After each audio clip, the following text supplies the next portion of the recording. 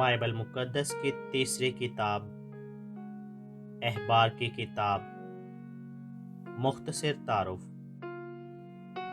تعارف۔ فیروز اللغات کے مطابق احبار کا مطلب ہے یہودیوں کے علماء۔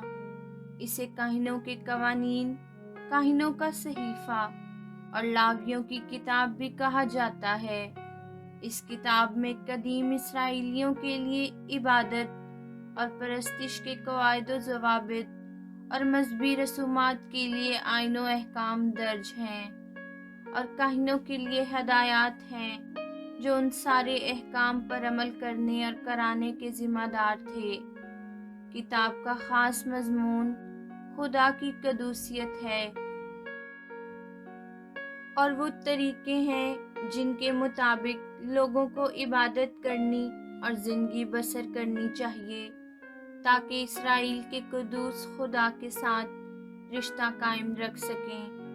اس کتاب کے مشہور ترین الفاظ باب 19 آیت 18 میں ہیں، جن کو یسوع نے دوسرا بڑا حکم قرار دیا: تو انتقام نہ لینا اور نہ اپنی قوم کی نسل سے کینہ رکھنا، بلکہ اپنے ہمسایہ سے اپنی مانند محبت کرنا، میں خداوند ہوں۔